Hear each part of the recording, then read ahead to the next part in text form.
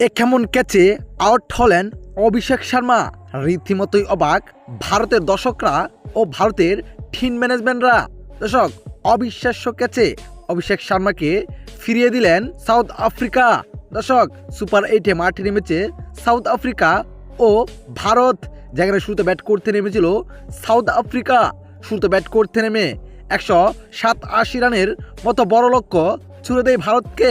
এ রানের লক্ষ্যে ব্যাট করতে নেমে ঈশান কিষানকেই 0 রানে হারিয়ে ফেলেন ভারত।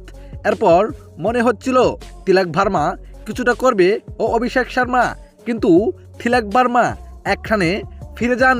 অনেকটা চাপ পড়ে যায় অভিষেক শর্মার ওপর, যেখানে অপ্রত্যাশিত ক্যাচ আউটে তিনিও ফিরে যান।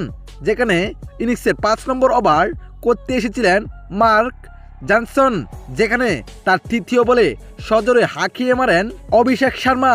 যেখানে ফিল্ডার হিসেবে ছিলেন খোকবোস, তিনি বলটি থালবন্দি করেছিলেন, কিন্তু তার ওপরে আরও একটি প্লেয়ার এসে পড়ে যায়।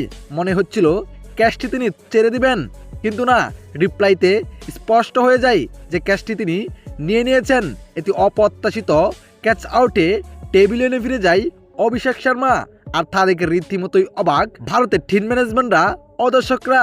দর্শক, পাওয়ার প্লের আগেই 3 উইকেট হারিয়ে মহাবিপদে ভারত।